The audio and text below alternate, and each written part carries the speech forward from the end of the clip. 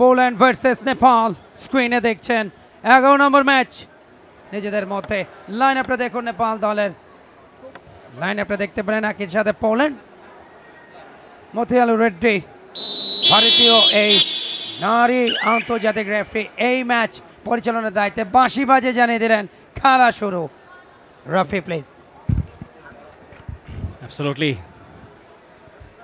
Nepal tournament so far they're being bonus excellent. point Nepal. অন্যদিকে Poland অবশ্য এখন অবধি ম্যাচ জিততে পারেনি। শুরুটা হলো নেপালের একটা বোনাস পয়েন্টের মধ্য দিয়ে, এবং আগের ম্যাচে আমরা যেমনটা বলছিলাম পোল্যান্ড আসলে এই দলটা অনেকখানি তরুণ, বলতে গেলে দে আর টিনেজার্স। আন্ডার 16 একটা টিম পোল্যান্ড আসলে পাঠিয়েছে। অন্যদিকে নেপালের দলটা কিন্তু পূর্ণ শক্তির দল এবং টুর্নামেন্টেও ভালো শুরু তারা করেছিল। কাজেই রাফি একটা জিনিস আমরা দেখেছি লাস্ট দুটো ম্যাচে দুটোতে হেরেছে পোল্যান্ড, তবে তাদের খেলোয়াড়রা কিন্তু বেশ চিল এবং খুব এনজয় করেছেন তারা, এবং বিশ্বকাপে এসে কিভাবে এনজয় করতে হয় সেটা কিন্তু তারা দেখেন। হারলেও তারা কিন্তু যথেষ্ট উদ্যমী। কামিলা সেখানে আরও একটা পয়েন্টের খোঁজে, অ্যাঙ্কেল হোল্ড হয়েছে অল্পের জন্য, মিড লাইনটা ছুটে পারলেন না কামিলা, তাকে রুখে দিয়েছেন নেপালের ডিফেন্ডাররা।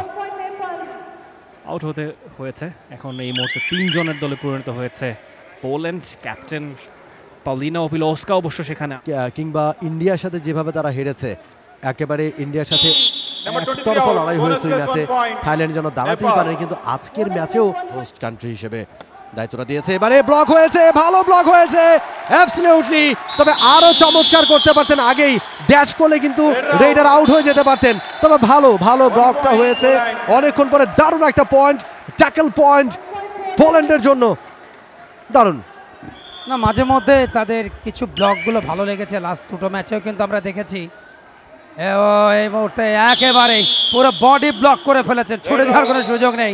এই জায়গাটা শক্তির পরীক্ষাটা দিয়েছেন। এবারে বাংলাদেশের ক্রিকেটের হালটা তিনি ধরেছেন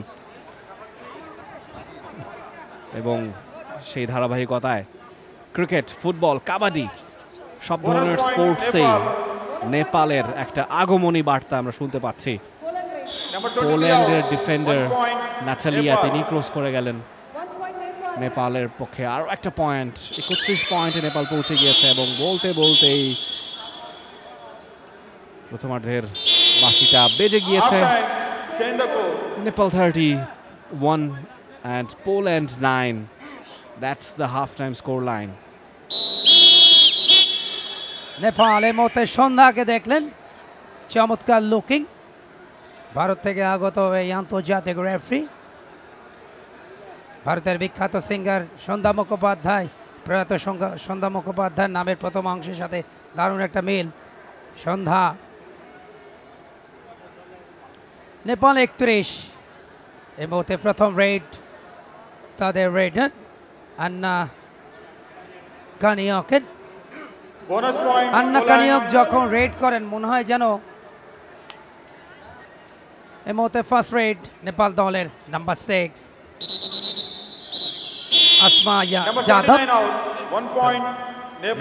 তবে এই রেড থেকে কিন্তু পয়েন্ট নিয়ে এনেছেন অনায়াসে, একেবারে বাইরে কোনো প্রকার সুযোগই দেননি।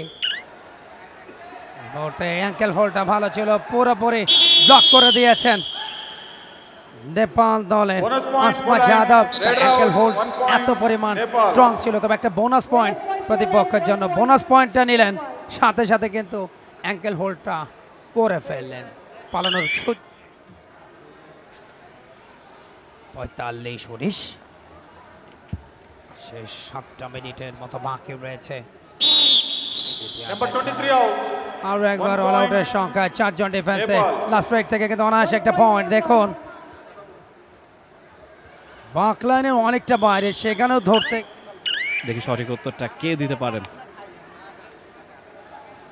বাংলাদেশ কবে বিশ্বকাপ ফুটবল খেলবে তার একটা উত্তর আমরা গতকালকেই দেখেছি। শক্তিশালী ভারতের বিপক্ষে দীর্ঘ 22 বছর পর এটা জয় ছিনিয়ে এনেছে জামাল ভুঁইয়া, হামজা চৌধুরী, সমিত সোম। ফামিদুল মোরসালিনদের বাংলাদেশ। ওকে, কুমার কল্যাণ মাত্রই কনফার্ম করলেন ক্যারিবিয়ান দেশ, অর্থাৎ ক্রিকেটে আমরা যেই দেশটাকে ওয়েস্ট ইন্ডিজ নামে জানি, সেই ক্যারিবিয়ান দ্বীপপুঞ্জের একটা দেশ কুরাসাও, সাউথ ক্যারিবিয়ান টিম, যারা কিনা বিশ্বকাপ খেলবার পয়েন্ট অ্যাচিভ করে নিয়েছেন। অল আউট পয়েন্ট সহ ৬২ পয়েন্টে দাঁড়িয়ে নেপাল রিভাইভ হওয়া, সেই রিভাইভটা আসলেই শুধুমাত্র আনুষ্ঠানিকতা, কেননা ম্যাচের একদম শেষ পর্যায়ে আমরা এসে পৌঁছেছি। ইনফ্যাক্ট সময় শেষ হয়ে গিয়েছে। নেপাল ৬৩, পোল্যান্ড ২৫, বিশাল ব্যবধানে নেপালের জয়।